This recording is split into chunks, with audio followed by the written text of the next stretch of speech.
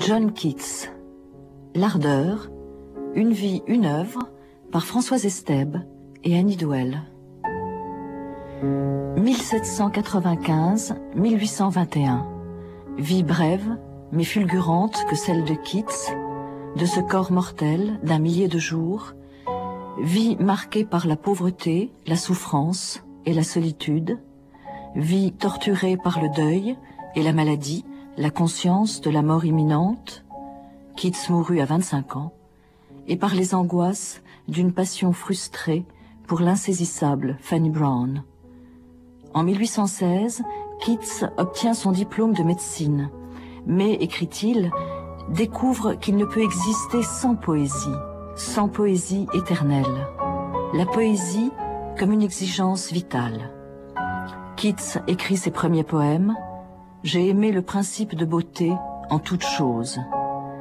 1816-1821, 5 années de vie intense, pendant lesquelles, orphelin et autodidacte, il tente d'explorer par une recherche personnelle tous les possibles de la passion, de la connaissance et de l'art.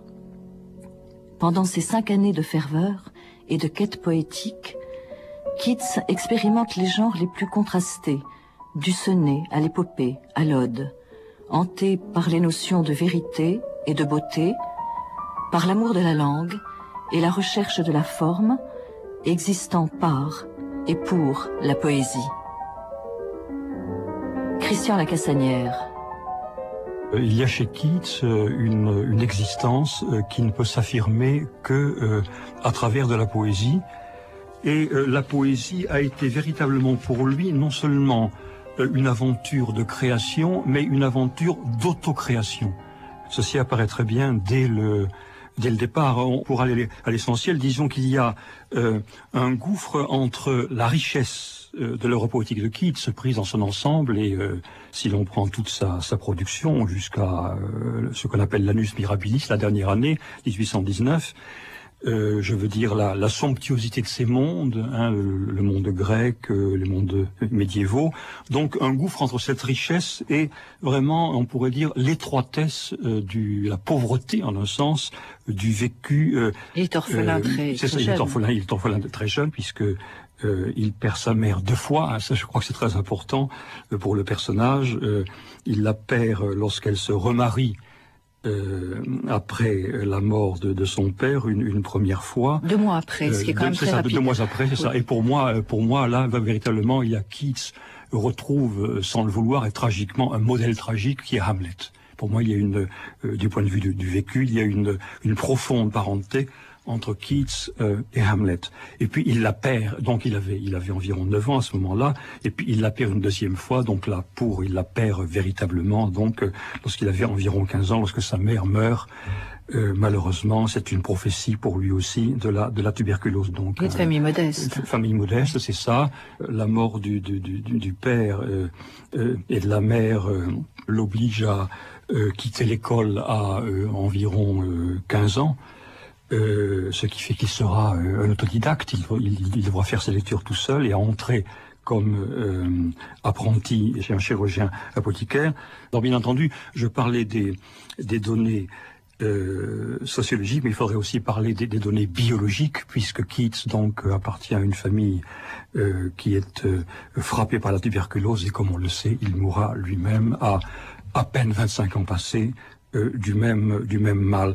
Après avoir perdu un frère également qu'il aimait beaucoup, qui s'appelait Tom. C'est ça. Et après avoir vu, donc, après avoir assisté en quelque sorte en anticipation à sa propre mort, lorsqu'il voit son frère mourir, donc au mois de décembre 1818, à l'orée de ce qu'on appelle l'annus mirabilis, c'est-à-dire l'année miraculeuse qui commence pour Keats donc à la fin de 1818 et qui se terminera à l'automne, moins d'un an plus tard, à l'automne 1819.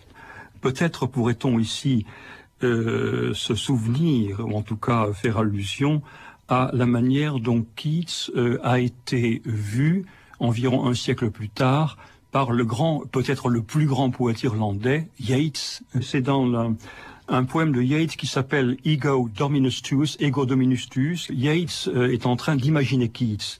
Et il l'imagine très bien, évidemment d'une manière un petit peu schématique, car il s'agit ici d'un poème écrit par Yeats. Donc c'est un portrait, disons, expressionniste, mais qui est profondément vrai. Je vois, lorsque je pense à lui, un gamin, le nez collé à la vitrine d'une confiserie, car sûrement, lorsqu'en sa tombe il disparut, ni son corps, ni son cœur ne s'étaient rassasiés. Et le terme anglais est ici unsatisfied. Unsatisfied, autrement dit, l'insatisfaction, le manque. Et là, véritablement, Yeats met le doigt sur quelque chose d'absolument fondamental. Chez Keats, je reprends ma citation, donc ni son corps, ni son cœur ne s'étaient rassasiés, et il a fait, lui, pauvre, malade et ignorant, lui jamais invité aux fêtes de ce monde, enfant d'un remiseur, aux manières de rustre, le plus beau chant du monde. Je crois il y a deux mots qu'il faudrait souligner ici, c'est en anglais unsatisfied, donc l'insatisfaction, le manque, et puis un mot qui peut nous paraître à premier abord anodin, mais qui est essentiel, c'est il a fait. En anglais, and made being poor, ailing and ignorance, made, puisque le fait ici donc fait allusion au pointe le faire poétique. C'est finalement, je crois que c'est le meilleur portrait que l'on pourrait imaginer, donc le portrait de Keats par un autre poète qui met le doigt sur l'essentiel, à savoir dans l'existence réelle, l'insatisfaction, la frustration, le manque. Musique dansante, musique triste, jouez ensemble, saine et folle, muse brillante, muse pâle, morne Saturne, Momus allègre, rire, soupir, rire à nouveau, oh, la douceur de la souffrance. Muse brillante, muse pâle, ôtez le voile de vos visages, laissez-moi voir, laissez-moi dire ce que sont le jour et la nuit unis ensemble. Laissez-moi boire à plus soif, doux tourment de cœur. Que d'if, on fasse ma retraite, l'entrelaçant de myrtes frais, et sous pins et tilleuls en fleurs, ma couche soit une tombe herbeuse.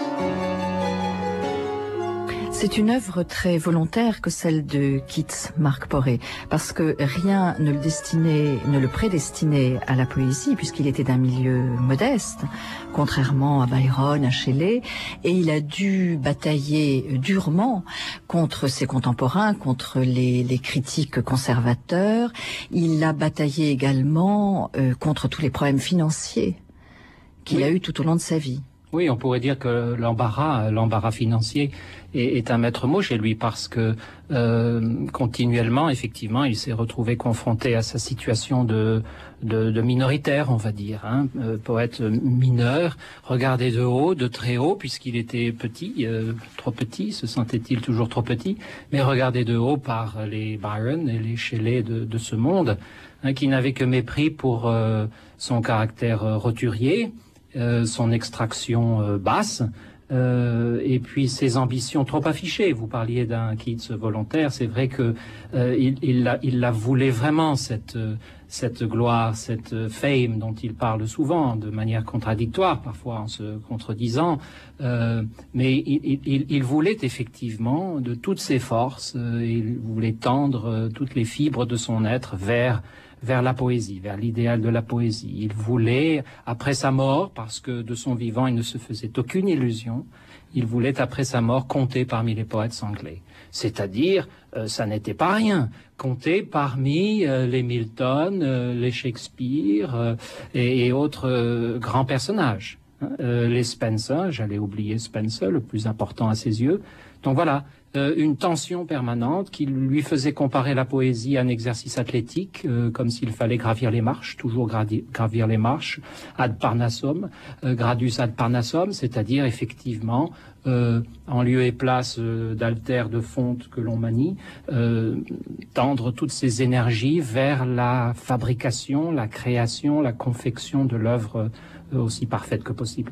D'où les 4000 vers, les plus de 4000 vers d'Endymion. Voilà, d'où les 4000 4000 vers d'Endymion, il fallait bien entrer dans la carrière de manière aussi fracassante que possible, quand on était obscur, quand on était petit, quand on était humble, et encore une fois, sans tous les apanages de la culture, de l'éducation.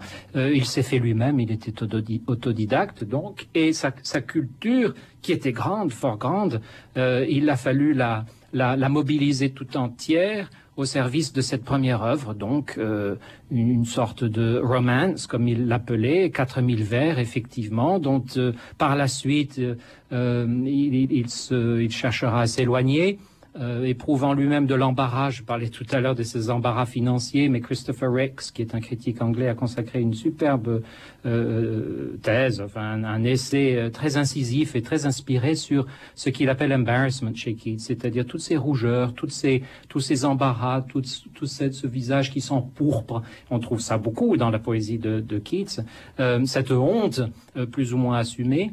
Et de fait, quelques années après l'apparition d'Endymion, au moment de publier Hyperion, Keats a du remords rétrospectivement et se dit que décidément sa manière dans l'Endymion était bien adolescente, bien juvénile, bien marquée par tous les émois de la sexualité qui s'éveille. Et dont il, après coup, ne pouvait que rougir, mais assumant quand même, mais se jurant, là aussi, la volonté, toujours l'ambition, se jurant cette fois-ci, au moment d'écrire Hyperion, se jurant d'adopter une manière nue, par opposition à la manière fleurie, pour ne pas dire florissante et surchargée de son Endymion, qui est effectivement riche en affêterie, en maniérisme, mais déjà manifeste cette somptuosité de la langue qui fait la caractéristique première de Keats, qui est éperdument épris du mot, du signifiant et de tout ce qui vient l'enrichir. Où est le poète? Montrez-le, muse, que je le reconnaisse. C'est l'homme qui, face à un homme, se veut un égal, fût-il roi ou le plus pauvre des mendiants, ou toute chose étrange que l'homme peut être entre un singe et Platon. C'est l'homme qui, devant un oiseau, aigle ou roitelet, sait pénétrer tous ses instincts. Lorsqu'il entend le lion rugir, il peut nous dire ce que sa gorge rauque exprime. Pour lui, le feulement du tigre signifie et résonne à l'oreille comme sa langue maternelle. Robert Elroth. À Londres, il entre dans les cercles littéraires où il a l'occasion de rencontrer Shelley et Wordsworth épisodiquement. Mais il est surtout pris sous la protection de Leigh Hunt, poète, essayiste et éditeur d'une revue The Examiner, qui attaque le gouvernement conservateur. Leigh Hunt se retrouve d'ailleurs en prison, et l'un des premiers poèmes de Keats célèbre sa libération. Et Keats partage ses idées libérales, il rejette les contraintes de toutes sortes. Il s'oppose à la religion chrétienne telle qu'elle est pratiquée autour de lui dans des milieux presbytériens, religion qui lui paraît froide, sévère, à laquelle il opposera la religion de la joie qu'il pense trouver chez les Grecs, précisément, dans un cadre pastoral. Il s'élève aussi contre certaines injustices sociales. Même dans un poème romanesque comme Isabelle ou le pot de basilic, il introduit une diatribe contre la cupidité des marchands, contre l'exploitation coloniale, contre la dureté du travail. Mais cela reste épisodique chez lui, car il a conscience que la poésie ne doit pas avoir, comme il dit, de palpable design, de visée trop évidente, elle ne doit pas être didactique. Et ce qui ne signifie pas qu'il est un pur esthète, comme en témoigne le programme qu'il se trace dans son premier long poème, Sleep and Poetry. Qui a été écrit en 1815, 1816. Oui, 1816, et dans la bibliothèque de Leigh Hunt, où il avait passé la nuit à feuilleter des gravures de tableaux ou de sculptures anciennes. Et ce poème est à la fois un manifeste et un programme. Un manifeste contre la domination des règles classiques jusqu'à la fin du XVIIIe siècle, manifeste en faveur donc de la nouvelle école romantique, laquiste comme on dit, représentée déjà par Wordsworth et Coleridge, mais plus encore un programme personnel où il se trace une voie pour 10 ans, dit-il, et le destin lui en accordera 3 seulement. Et ce programme doit le conduire du royaume pastoral de flore et de pont jusqu'à l'étude et la représentation des tourments du cœur humain et à la fin ultime de la poésie. Et cette fin ultime de la poésie, elle n'est pas purement esthétique ni égoïste. Il condamne d'ailleurs l'égoïsme de Byron, l'égotisme de Wordsworth. Il veut que le poète soit un ami des hommes qui apaise ses souffrances et élève ses pensées. Avec une sorte de prescience, de sens divinatoire assez hallucinant quand on y pense, il a l'intuition du parcours qu'il va accomplir dans la carrière poétique, en embrassant tous les genres successifs et en passant d'une phase à l'autre. Donc ça, c'est Sleep and Poetry, qui effectivement est le poème le plus liminal de Keats. Il est là dans le seuil de la poésie. Écrit par dégoût de la superstition vulgaire. Les cloches de l'église tintent, mélancoliques, à la ronde, appelant à d'autres oraisons, de plus sombres pensées et plus d'affreux soucis, plus d'écoute attentive à l'horrible sermon. Assurément, l'esprit de l'homme est enchaîné par un noir maléfice, puisque chacun s'arrache au plaisir de l'âtre embrasé, aux airs lydiens, au commerce d'esprit couronné par la gloire. Toujours ce glas. Sur moi, je sentirais un souffle humide et sépulcral, si je ne savais bien que ces cloches se meurent comme une lampe éteinte, que ce sont leurs soupirs pour lamenter leur fuite au profond de l'oubli, et que des fleurs nouvelles vont naître, et maintes gloires d'une trempe immortelle. C'est une œuvre, Marc Poré, qui a été injustement traitée de son vivant, dites-vous. Parce que il y a eu à la fois quelques rencontres essentielles.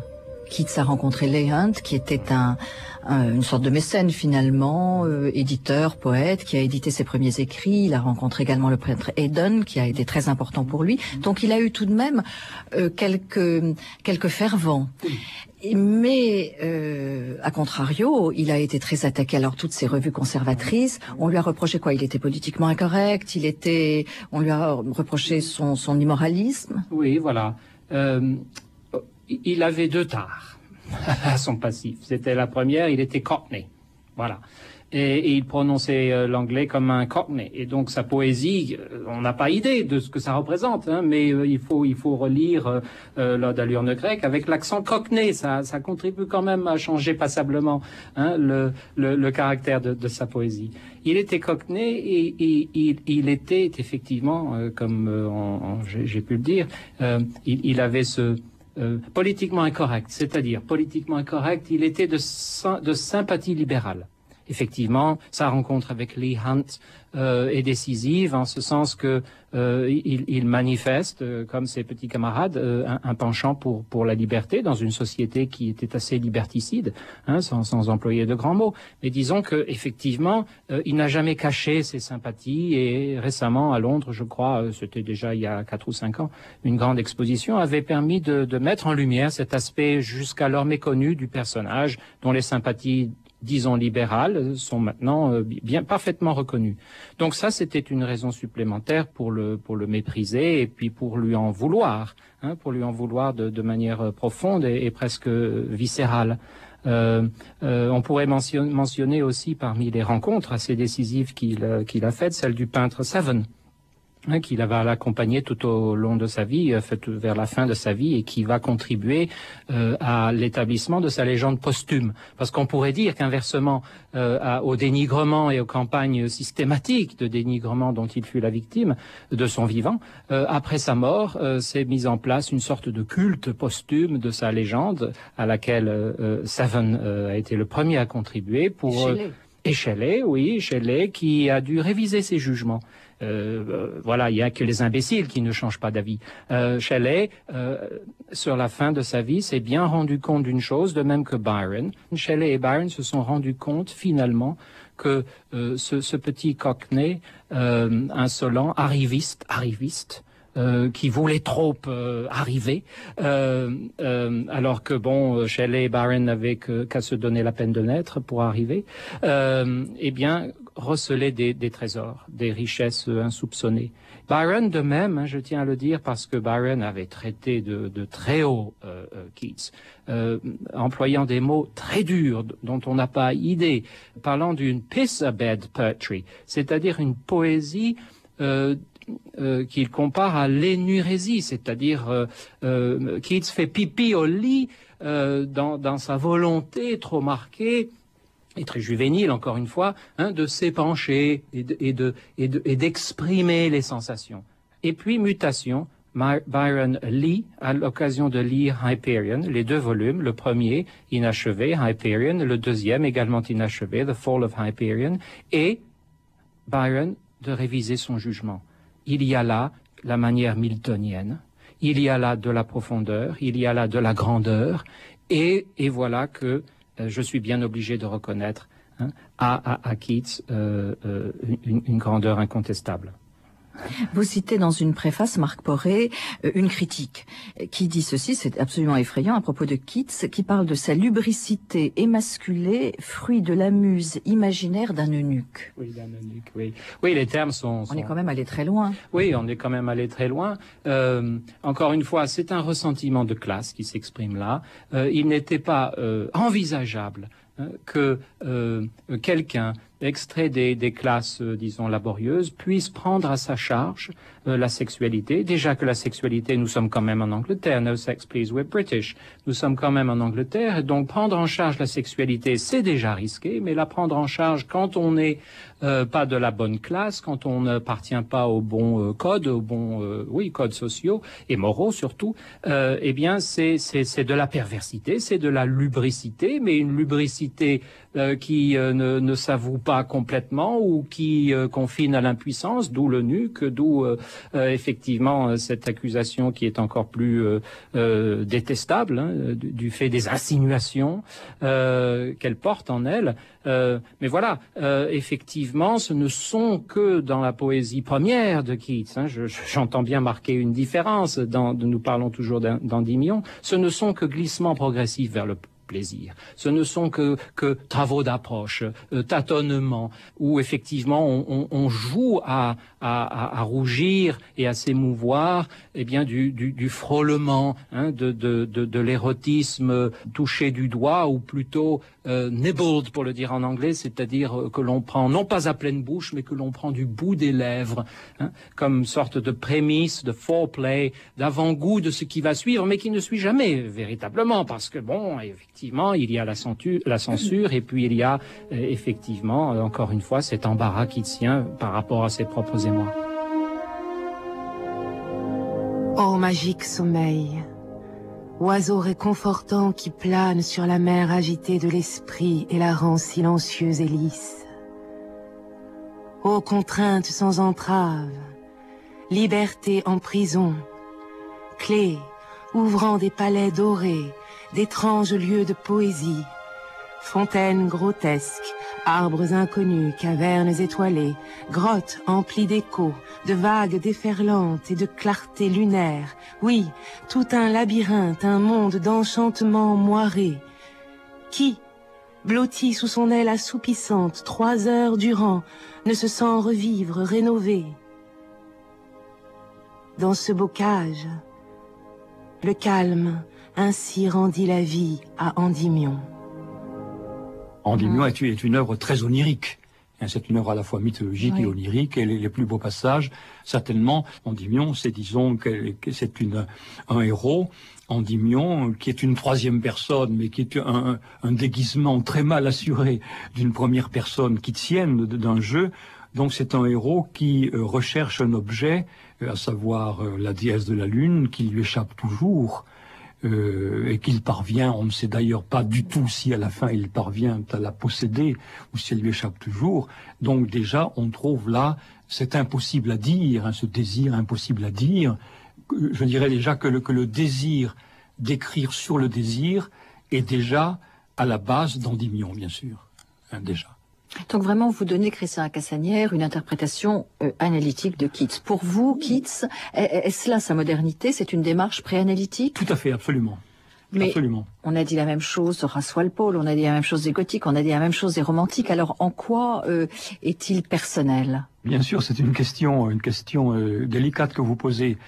Je crois que la lecture analytique, enfin, s'impose beaucoup plus insistante pour Keats, dans la mesure où il y a chez Keats quelque chose, je crois, une chose à laquelle vous avez fait allusion il y a quelques minutes, à savoir un parti pris d'impersonnalité. Et Keats, en tout cas chez les romantiques anglais, Keats est le seul de ce point de vue-là. Au premier abord, c'est très curieux et ça a l'air paradoxal. Savoir que Keats, bon, la marque de Keats, on le sait bien, c'est l'intensité, qui est un mot-clé chez lui, vous le savez. Intensity, qu'il utilise à la fois dans sa correspondance et même justement dans Endymion. Il y a l'un des passages les plus connus d'Endymion dans le premier livre, c'est The Chief Intensity. Keats donc fait une sorte de catalogue des plaisirs, ce qu'il a appelé le thermomètre des plaisirs, et The Chief Intensity, c'est donc l'éros, l'intensité amoureuse. Bon, alors, il y a d'une part cette intensité émotionnelle bien sûr, qui renvoie donc à l'émotion du sujet, à l'expérience personnelle, et puis le fait qu'il a toujours prôné un idéal d'impersonnalité, puisqu'il a parlé, il y a une lettre célèbre dans laquelle il dit que en tant que poète, il est, en tout cas il voudrait être le poète caméléon. The poet has no self, dit-il. Le poète caméléon has no self, n'a pas de moi. Et en cela, il s'oppose totalement aux romantiques. Totalement, comme voilà, totalement. Byron, Shelley, qui sont totalement égotistes. Exactement. Et d'ailleurs, Keats a beaucoup critiqué l'égotisme il admirait Wordsworth, et bien sûr, il n'est pas étonnant qu'il l'admirait, mais il a beaucoup critiqué aussi son égotisme. Alors, voilà, je crois que c'est là, justement, là, vous mettez le doigt, là, précisément, sur la modernité de Keats, à savoir une intensité, mais une intensité qui veut, comment dirais-je, mettre le je, enfin le I anglais, en suspens, qui veut éliminer le I. Il y a donc chez Keats à la fois cette intensité, qui est bien sûr sa marque, c'est tout à fait évident, et cette volonté d'évacuer le moi. Mais si Keats évacue le moi, c'est que précisément il veut rechercher un sujet plus profond que le moi. Et ce sujet plus profond que le moi, je dirais, eh bien c'est un sujet qui ressemble beaucoup, pour ne pas dire plus, au sujet de la psychanalyse, c'est-à-dire ce qu'on appelle, ce que Lacan appelle le sujet de l'énonciation, et où coexiste à la fois, bien sûr, le moi, le sujet conscient, mais aussi le sujet de l'inconscient, la parole et le texte poétique devenant une sorte de nœud où coexistent les deux sujets. Le poète n'est pas lui-même. Il n'a pas de moi. Il est tout et rien. Il n'a pas de caractère. Il prend plaisir à la lumière et à l'ombre. Il savoure la vie, répugnante ou belle, noble ou vile, riche ou pauvre, mesquine ou élevée. Il se plaît autant à concevoir un Iago qu'un Imogène. Ce qui choque le vertueux philosophe ravit le poète caméléon. Un poète est la chose la moins poétique qui soit, car il n'a pas d'identité, il est constamment forme et matière d'un autre corps. Le soleil, la lune, la mer, les hommes et les femmes, créatures impulsives, sont poétiques et possèdent en eux un attribut permanent. Le poète n'en possède aucun, il n'a aucune identité, il est certainement la moins poétique de toutes les créatures de Dieu. Alors quels sont les thèmes qui reviennent le plus fréquemment dans cette correspondance, Robert Davreux? La question de l'identité revient quand même dans plusieurs lettres. Bon, il y a d'abord la capacité négative dont il parle donc très tôt, terme qu'il n'emploie qu'une fois. Et puis alors il y a cette lettre où il parle du poète caméléon. Ça c'est quelque chose d'assez récurrent dans ses lettres. C'est quelqu'un qui est intensément passif, si l'on peut dire, ou qui est intensément à l'écoute du monde autour de lui, et qui voudrait être, au fond, devenir un parfait médium de la rumeur du monde, enfin bon, ou de la musique du monde, bien entendu. Alors, à contrario, mais ça fait partie de la même chose, ce qu'il condamne sans cesse, c'est ce qu'il appelle l'égotisme, c'est ce qu'il reproche à Wordsworth en particulier, c'est-à-dire que par rapport à l'idée qu'on associe généralement au romantisme du moi, en vrai, toute la place, Keats est un poète de l'impersonnel. C'est aussi en cela que c'est un poète extrêmement moderne. Oh, combien préférable une vie de sensation à une vie de pensée. Mais la sensation est quand même au cœur de l'œuvre de Keats. C'est d'ailleurs pour lui un mode de connaissance. C'est un mode de connaissance et il faut effectivement s'employer à dissiper, là encore, un autre type de critique souvent portée contre Keats, mais cette fois-ci critiques qui ont suivi sa mort et qui sont postérieures à son œuvre, la critique des pré-raphaélites, qui était une critique, je veux dire, enthousiaste, qui était entièrement en faveur de ce culte des sensations, mais érigée pour elle-même, la sensation pour elle-même. C'est ce que les pré-raphaélites, c'est ce que les Rossetti et autres ont vu dans Keats, ont voulu voir, c'est-à-dire un hédoniste pur, épris de la simple sensation pour la sensation, encore une fois. L'art pour l'art, la sensation pour la sensation, menant à l'art pour l'art. Ça, c'est une critique.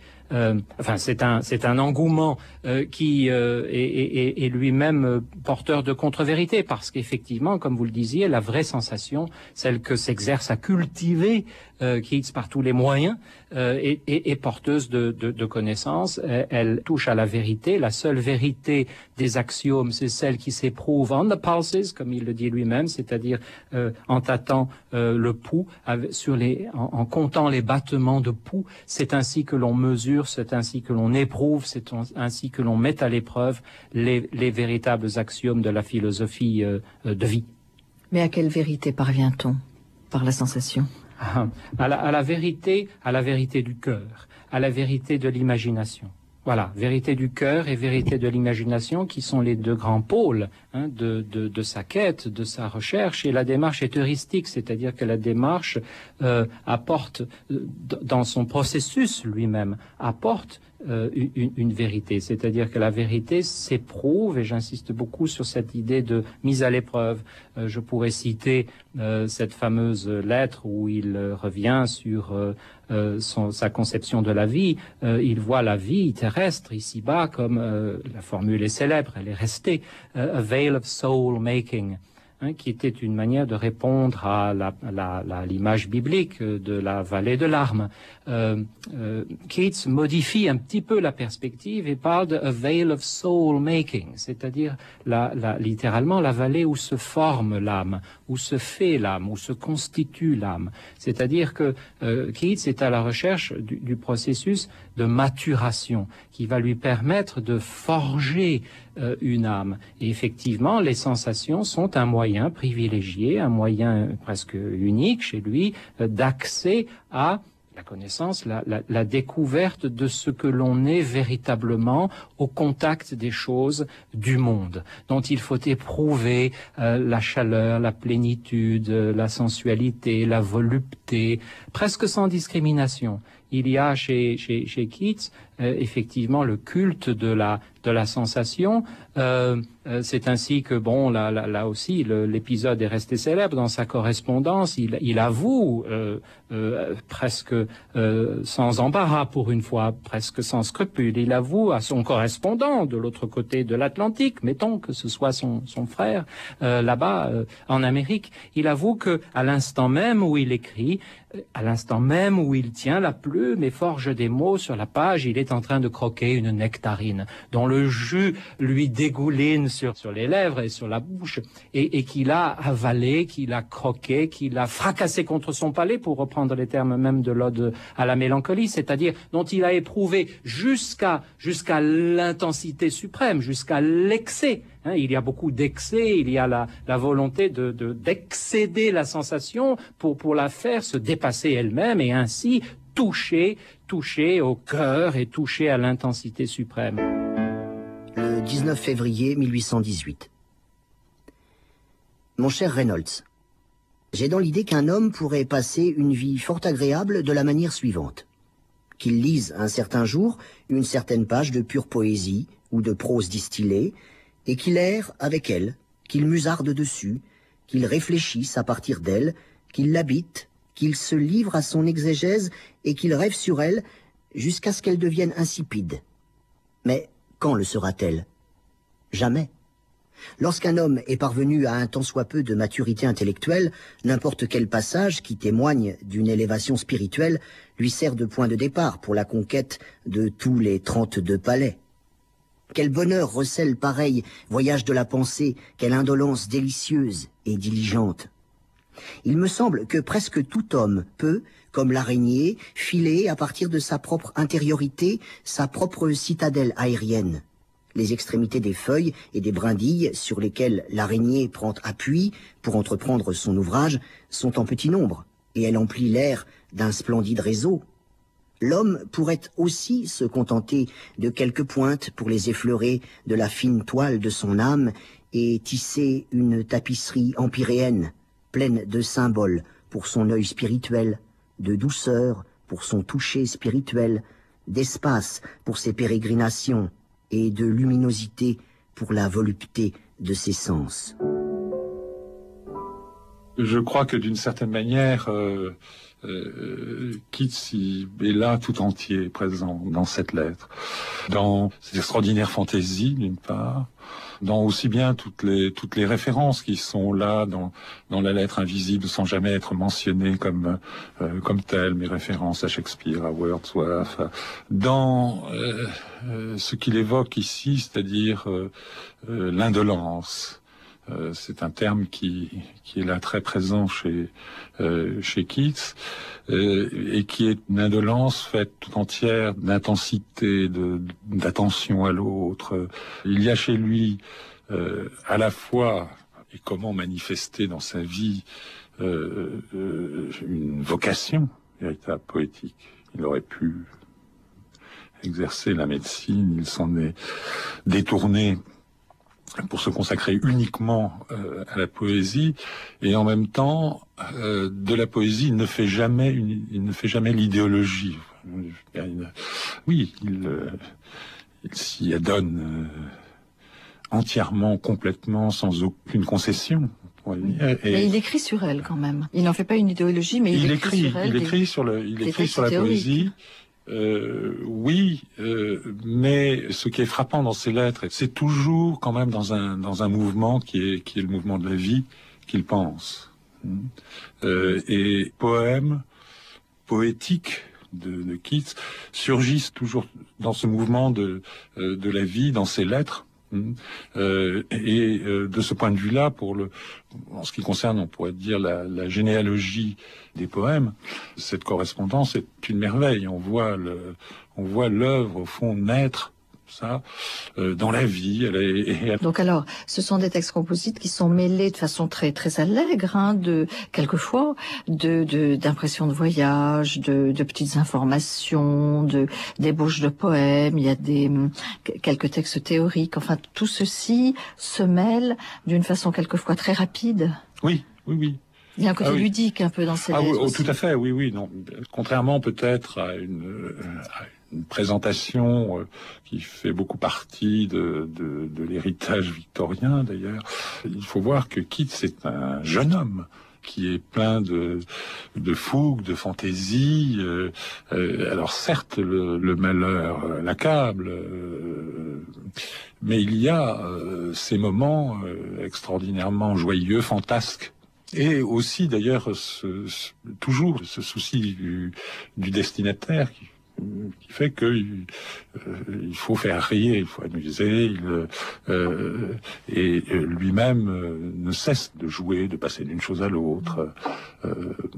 Il y a un rythme très particulier d'ailleurs, oui. Avec des tirés, avec des... Oui, il y a cette ponctuation que j'ai essayé là aussi de respecter. C'est particulièrement erratique, et je crois que traduisant ces lettres, j'en venais peu à peu à me dire, bon, voyons, dans quelle attitude, avec quel geste est-ce qu'il a écrit ça. Il y a une présence du corps, il y a une présence charnelle dans ces lettres qui se sent constamment. Et quand on entre vraiment dans l'écriture, on le voit à la ponctuation, à la distribution erratique des majuscules et des minuscules, cette façon comme ça même si, encore une fois à l'époque, les choses n'étaient pas aussi codifiées qu'elles le sont devenues, il reste que lui brise à peu près tous les codes en la matière. Il y a une lettre très significative aussi dont on peut voir parfois le facsimilé dans les éditions anglaises ou américaines. Oui, une lettre quadrillée. Il écrit dans un sens et puis il reprend sa lettre dans l'autre sens et il quadrille son texte. Mais qu'apprend-on de Keats que l'on ne savait pas par rapport à sa poésie? D'abord, il est assez féroce, je trouve. Voilà une chose que l'on ne savait pas en lisant sa poésie. Oui. Il peut avoir la dent très dure. Oui, mais l'image souvent qui est donnée, relayée du poète romantique tuberculeux qui meurt jeune, qui rentre dans tous ces clichés-là, cette image-là explose complètement quand on lit ses lettres. On voit un jeune homme fougueux, ardent, plein de désirs, qui certes connaît la mélancolie, il passe d'états d'excitation à des états d'abattement. Ça, c'est très repérable aussi dans les... Des découragements aussi par rapport à son travail. Dans les lettres par rapport à son travail, mais qui est pleinement et entièrement dans un mouvement de la vie et qui est quelqu'un qui a un caractère extraordinairement trempé. Enfin, bon... Un critique a pu dire de cette correspondance, Robert Davreux, qu'elle avait un côté Falstaff dans sa verve, dans sa fantaisie. Alors, est-ce que vous vous souscrivez à oui, ce tout à fait. Oui, tout à fait. Oui. C'est vraiment pas l'image que l'on se fait de Keats. Non, c'est vrai. Mais lui-même en est conscient. Il joue à l'histrion par moment, effectivement. Il emploie le terme d'ailleurs parfois. Oui, bien sûr, il y a ce côté.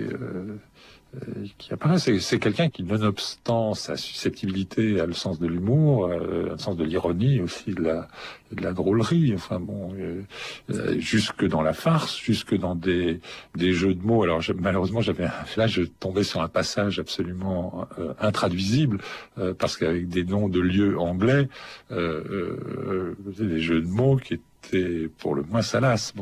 Donc il y a tout ce côté-là chez lui qui a évidemment été occulté par l'image qui a ensuite été transmise et véhiculée.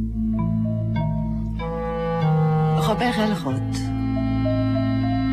Il se complaît dans cette vision d'une Grèce antique qui est pour lui une découverte et un éblouissement comparable à la découverte de l'Amérique, par exemple, et c'est d'ailleurs ce qu'il a si bien exprimé dans l'un de ses premiers et déjà plus beaux sonnets, On First Looking into Chapman's Homer. Cette grandeur épique que lui révèle la traduction d'Homère par le poète Chapman, Keats a voulu l'atteindre en écrivant Hyperion, Christian Lacassanière. Le problème d'Hyperion est un problème extrêmement intéressant chez Keats puisqu'il a écrit deux Hyperions. Oui. Donc le premier Hyperion est un poème sur lequel Keats voulait s'aligner sur l'épopée. Autrement dit, il voulait rivaliser avec Milton en particulier. Donc c'est un poème qui est écrit à la troisième personne. Quel en est le thème? À la troisième personne, eh bien le thème c'est, disons, la génération des dieux anciens. Et dans cette génération, c'était Hyperion qui était le dieu du soleil. C'est une génération donc qui va finir parce que cette génération est vaincue par la nouvelle génération qui est celle donc de Jupiter. Et dans cette génération, c'est Apollon qui sera le nouveau dieu du soleil, puisque Hyperion était le titan, le dieu titanesque du soleil. C'est donc Apollon qui va supplanter Hyperion, mais Apollon, comme nous le savons, ce sera le dieu du soleil, mais aussi, bien sûr, le dieu de la poésie. Effectivement, alors c'est un texte très beau d'ailleurs, extrêmement beau, qui est pas une imitation, mais quelque chose qui se greffe sur Milton, sur la grande tradition épique anglaise. Milton, c'est un texte très beau, que Keats ne peut finir. Mais Hyperion, donc, c'est le titan, le dieu titanesque du soleil qui va périr. Mais à mon sens, les plus beaux passages de ce texte sont justement dans l'angoisse d'Hyperion, lorsqu'il sent qu'il va mourir. Hein, c'est donc là véritablement nous avons affaire à une étude de l'angoisse qui est magnifique. Cet astre qui va mourir, ou plutôt le dieu de l'astre qui va mourir, donc et qui va être remplacé par autre chose. Alors là, effectivement, nous avons affaire à un récit à la troisième personne, hein, tout à fait dans le style canonique de l'épopée, hein, selon Homère, selon Milton. Qui s'interrompt brutalement, qui ne sera pas achevé. Voilà, qui s'interrompt brutalement. Alors il s'interrompt, bien disons, là évidemment il y a un événement biographique qui est la mort de Tom. Oui. Il est en train d'écrire Hyperion alors qu'il voit son frère agoniser.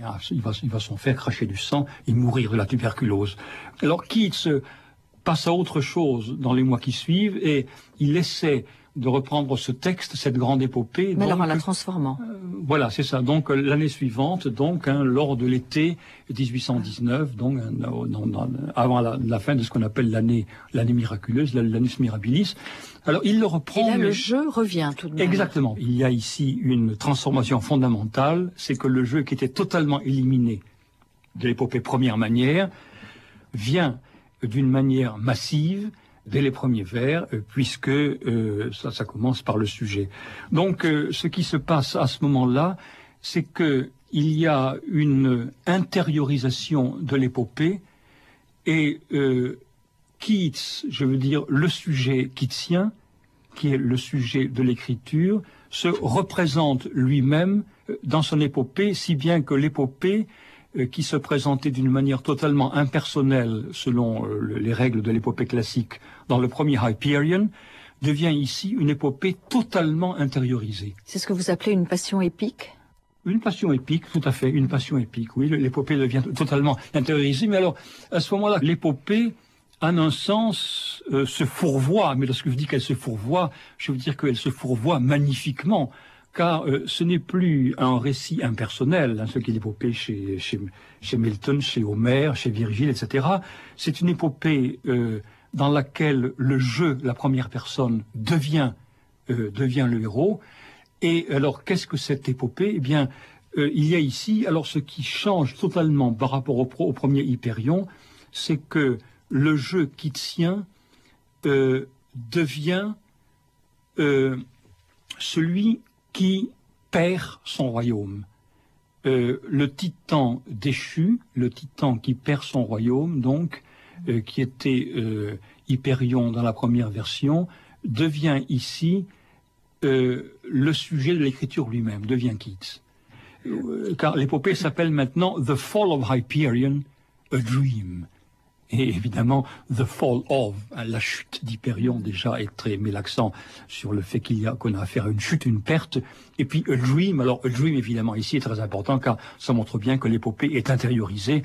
Autrement dit ici que l'épopée sert ici à écrire l'histoire du sujet en tant que le sujet naît dans la perte de quelque chose.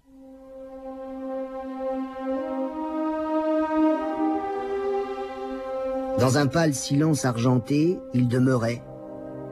Quand soudain, une splendeur, pareille à l'éclat du matin, illumina les sombres surplombs des précipices, et tous les espaces désolés de l'oubli, tous les gouffres et tous les antiques ravins, tous les sommets, tous les mornes abîmes, sans voix, sinon la rauque voix des gaves tourmentées.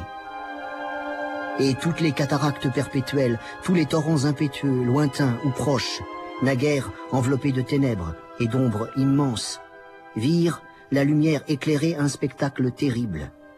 C'était Hyperion. Sur un pic de granit, posant son pied éblouissant, il s'arrêta pour contempler l'infortune amenée par son rayonnement à la plus détestable vision d'elle-même. Dorée, sa chevelure aux courtes boucles numides, royale, sa silhouette majestueuse, masse d'ombre au sein d'une lumière émanant de lui, tel le bloc que forme au coucher du soleil la statue de même nom, pour le voyageur qui s'éloigne de l'est au crépuscule. Aussi mélancolique que la harpe de même nom étaient ses soupirs exhalés, l'une contre l'autre, pressant ses mains méditatives, il gardait le silence. À nouveau, le désespoir s'empara des dieux déchus, à voir le roi du jour à ce point abattu, et plus d'un détourna son visage de la lumière. On peut voir sa trajectoire comme étant le fruit d'un long mûrissement, d'une maturation effectivement voulue de bout en bout, mais on peut aussi la voir comme une série de fits and starts, c'est-à-dire de départs, de nouveaux départs et de redémarrages, dans l'idée à chaque fois d'aller au bout.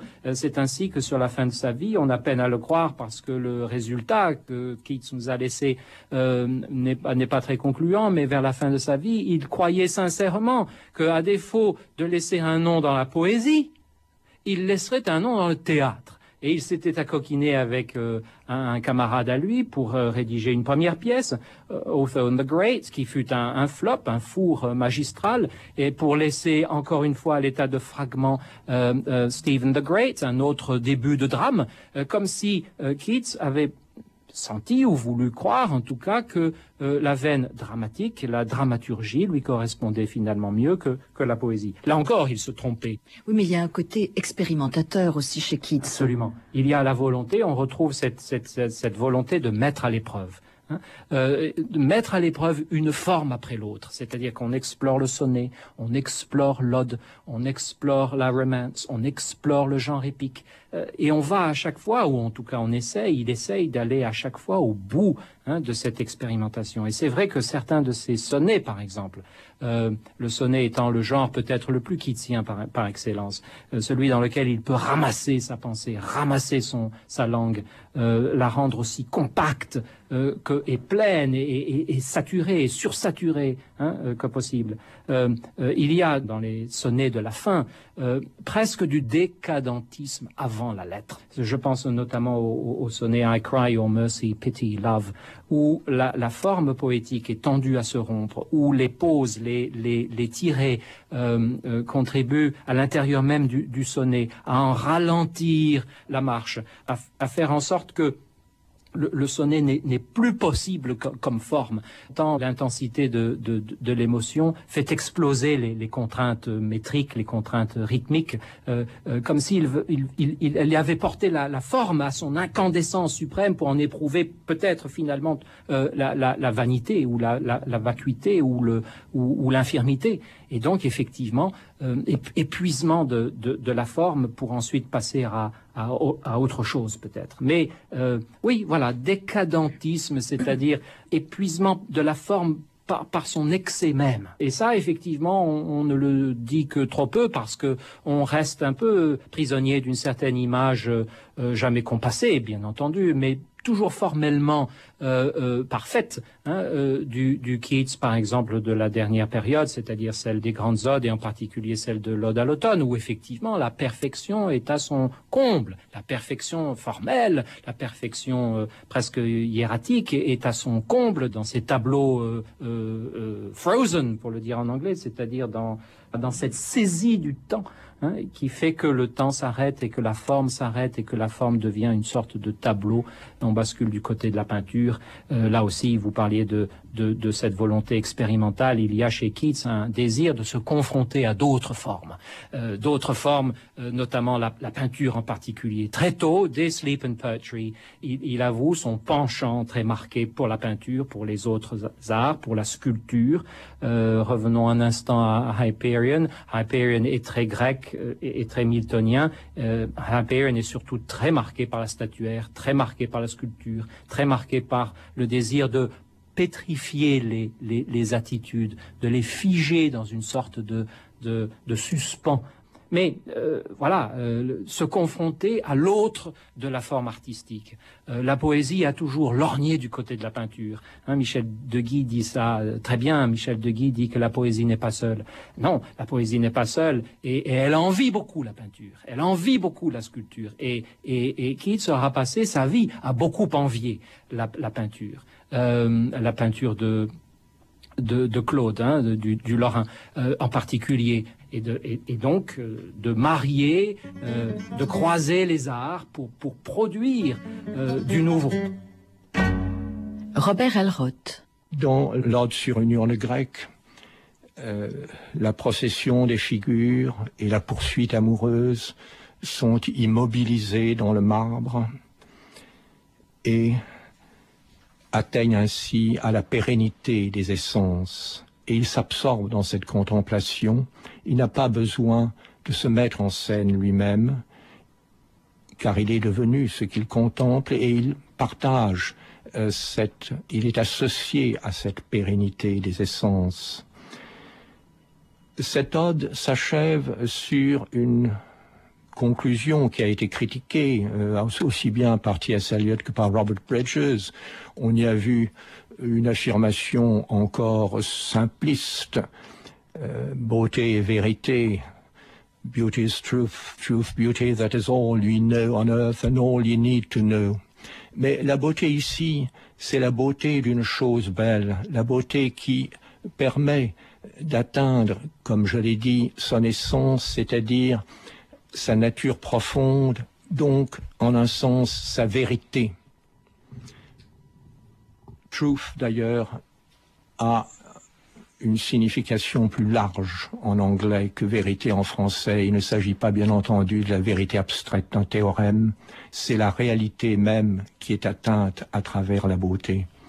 Et quand il dit que « that is all you know on earth », c'est une façon de dire ce qu'il a aussi reconnu dans ses lettres, qu'il n'y a pas de certitude que l'homme puisse atteindre en ce monde, si ce n'est précisément la certitude de la beauté, la certitude qu'une chose est belle et qu'à travers cette beauté, on atteint le plus profond de l'être et de la réalité.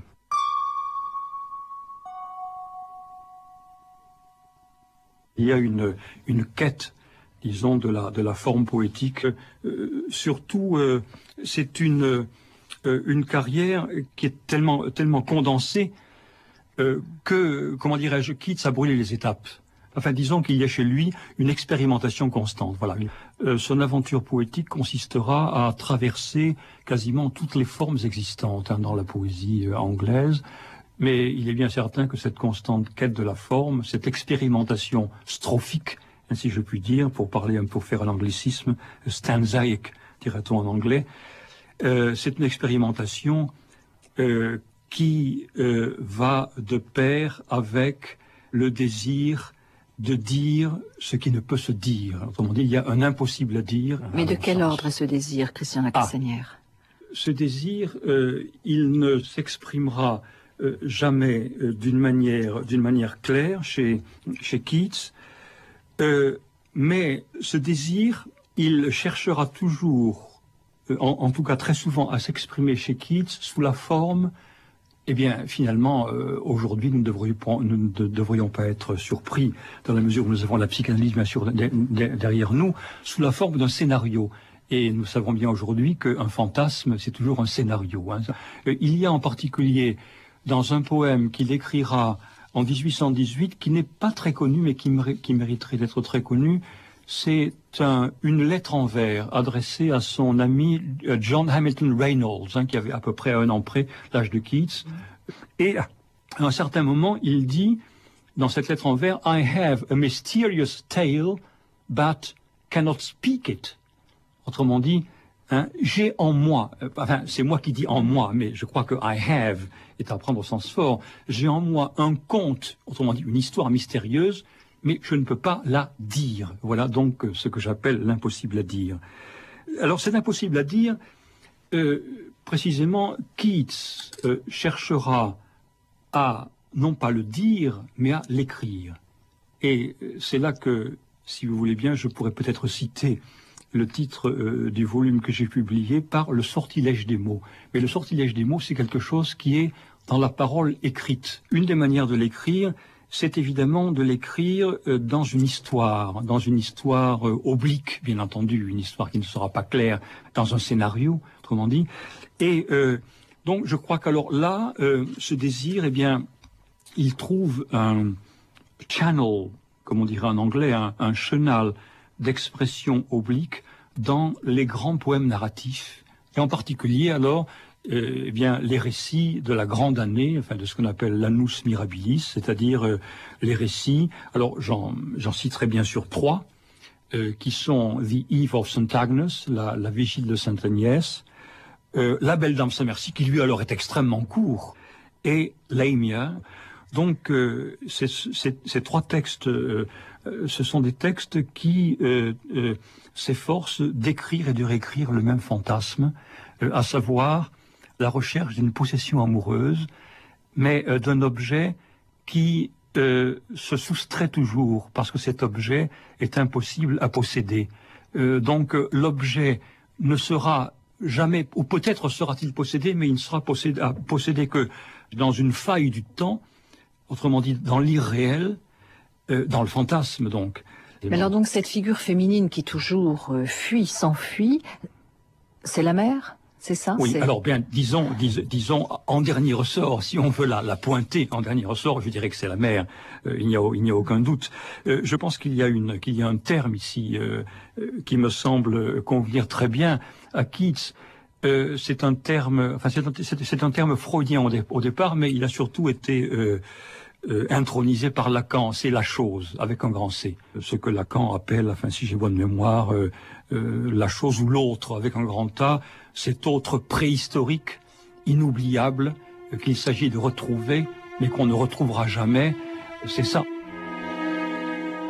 What can ail thee, night at arms, alone and palely loitering? The sedge has withered from the lake, and no birds sing. What can ail thee, night at arms, so haggard and so woe-begone? The squirrel's granary is full, and the harvest done. Oh, quel mal te presse, chevalier, attardé, pâle et solitaire. La lèche au bord du lac est flétrie, et nul oiseau ne chante. Oh, quel mal t'oppresse, chevalier, visage hâve, mine affligée. Le grenier de l'écureuil est plein et la moisson est faite. Je vois comme un lys blanc sur ton front, emperlé de fièvre et d'angoisse. Sur ta joue, la rose qui se fane vite aussi se flétrit. J'ai croisé dans les prés une dame, belle, très belle, enfant de fée, les cheveux longs et le pas léger, mais les yeux égarés. Je fis de fleurs guirlande à son front, bracelet, ceinture embaumée. En son regard crut voir qu'elle aimait, comme en ses doux soupirs. Je l'assis sur mon coursier à l'amble, et ne vis qu'elle au long du jour. Penchée de côté, elle chantait une chanson de fée. En m'offrant racines savoureuses, miel sauvage et manne en rosée, elle dit, en son langage étrange, « Je t'aime d'amour vrai ». M'amenant jusqu'à sa grotte d'elfe, elle y pleura et soupira. Là, je fermai chaque œil égaré, y posant 2 baisers. Là, me berçant, elle m'endormit. Là, j'ai rêvé. Malheur à moi. Un rêve, à jamais mon dernier rêve, sur la froide colline. Je les vis tous, rois, princes, guerriers, pâles, d'une pâleur de mort, criant « La belle dame sans merci te tient sous son empire ». Je vis leur bouche affamée dans l'ombre, béante en sinistre présage, et m'éveillant, ici me trouvais, sur la froide colline. Et c'est pourquoi je séjourne ici, attardé, pâle et solitaire, quoique la lèche soit flétrie au lac, où nul oiseau ne chante. Dans ce poème, Robert Elroth, Keats est dans un état de conscience qui est entre la veille et le sommeil, entre la mort et la vie. C'est tout de même un texte assez sombre, un peu morbide. C'est un texte assez morbide, incontestablement. Et dans un dernier poème consacré à une histoire d'amour, Lamia, cette morbidité apparaît aussi, mais cette fois non pas avec une teinte mélancolique uniforme, parce qu'elle est teintée d'ironie et de satire. Il y a même une pointe de cynisme byronien par moments, un contraste, et Keats a souligné qu'il ne s'était plus à rechercher les contrastes dans ce poème entre la splendeur du cadre oriental emprunté aux Mille et une nuits, bien que la scène en principe soit de nouveau la Grèce primitive, mais l'influence des Mille et une nuits est manifeste. Et puis cet amour tourmenté qui finalement conduit à la découverte que la passion doit être désenchantée, car sous le froid et lucide regard d'un philosophe, la splendeur de l'aimer se dissout, s'évapore, et elle se révèle ce qu'elle était à l'origine, d'ailleurs, un serpent. À Fanny Brown, mai 1820. Si vraiment vous pouvez vous amuser, comme on appelle cela, dans une réunion, si vous pouvez sourire aux yeux des gens et désirer qu'ils vous admirent à l'heure qu'il est, vous ne m'avez jamais aimé et vous ne m'aimerez jamais. Je ne vois la vie que dans la certitude de votre amour. Communiquez-la moi, ma très douce. Si je n'en suis pas convaincu en quelque façon, le supplice sera pour moi mortel. Si nous aimons, nous ne devons pas vivre comme les autres hommes et femmes le font. Je ne saurais endurer le poison de la mode, de la fatuité et des commérages. Vous devez être mienne jusqu'à mourir dans les flammes du supplice, si je le désire. Je ne prétends pas avoir plus de sensibilité que mes semblables, mais je voudrais sérieusement que vous relisiez mes lettres agréables et désagréables, et que vous considériez si la personne qui les a écrites est capable d'endurer plus longtemps les affres et les incertitudes que vous êtes si particulièrement faite pour créer. La santé retrouvée du corps ne me sera d'aucun bienfait si vous n'êtes pas tout à moi quand j'irai bien. Pour l'amour de Dieu, sauvez-moi, ou dites-moi que ma passion est d'une nature trop terrifiante pour vous. Dieu vous bénisse de nouveau. John Keats.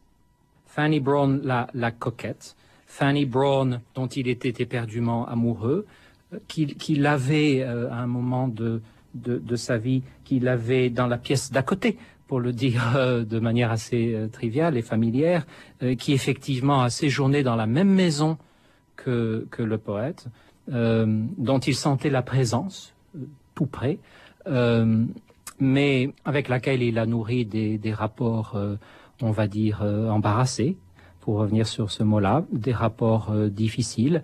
Disons que Keats a connu de toute façon avec les femmes des rapports difficiles. Tantôt il les comparait à des sucreries roses, à des faveurs. Tantôt il déversait son mépris des femmes. Avec Fanny Brown, la relation est souvent tendue, manque se rompre à plusieurs reprises. Toujours est-il que lorsque Keats s'embarque pour son dernier voyage, lorsqu'il part pour l'Italie, les médecins lui ont conseillé, en raison de l'aggravation de son mal dont il souffrait, bien sûr, la consomption, la tuberculose, et c'est le moment où il relit King Lear, c'est le moment où il éprouve toute la grandeur de Shakespeare, c'est le moment où il bascule du côté de l'humanisme tragique. C'est le moment où effectivement son romantisme peut être teinté de références vénitiennes, élisabéthaines, voluptueuses et sensuelles, se durcit pour devenir cet humanisme tragique-là, c'est-à-dire la confrontation avec la mort vécue de près. Donc il s'embarque pour l'Italie et il garde précieusement le souvenir de Fanny Brown. Pour autant, il n'ouvre pas les lettres qu'elle lui adresse, les dernières lettres qu'elle lui adresse, ou s'il les ouvre, en tout cas, il n'y répond pas. Toujours est-il que son rapport est complexe et qu'il est partagé entre deux choses. Soit l'engagement dans l'amour est exclusif à condition que l'exclusivité soit conférée en retour par la femme aimée, Soit, si tel n'est pas le cas, alors l'objet aimé détourne de l'objectif. Et en l'occurrence, l'objectif, c'est la poésie. Et donc, quelque part, la femme aimée, ou la femme aimante même, est un obstacle. Est un obstacle qu'il faut écarter de sa route parce que le temps est compté, parce que, voilà, soit effectivement, mais alors, ce qu'il réclame, ce qu'il exige, et on retrouve cette volonté, on retrouve cette tension permanente. Soit il exige de la femme aimée qu'elle se donne entièrement, parce que décidément Keats n'est pas homme de compromis, n'est pas un tiède. L'ardeur est ce qui le caractérise, l'ardeur. À Fanny Brown, le 13 septembre 1819. Vraiment, que puis-je faire? Sachant bien que ma vie est vouée aux fatigues et aux tourments, j'ai essayé de me sevrer de vous, car pour ce qui est de moi seul, quel malheur peut bien avoir de l'importance? Pour autant qu'il ne concerne que moi, je peux mépriser tous les événements, mais je ne peux cesser de vous aimer. Ce matin, c'est à peine si je sais ce que je fais. Je vais à Walthamstow, je retournerai à Winchester demain, d'où vous aurez de mes nouvelles d'ici peu de jours. Je suis un lâche, je ne peux supporter la douleur d'être heureux. C'est hors de question, je ne dois pas en admettre l'idée. À vous, avec mon affection à jamais, John Keats.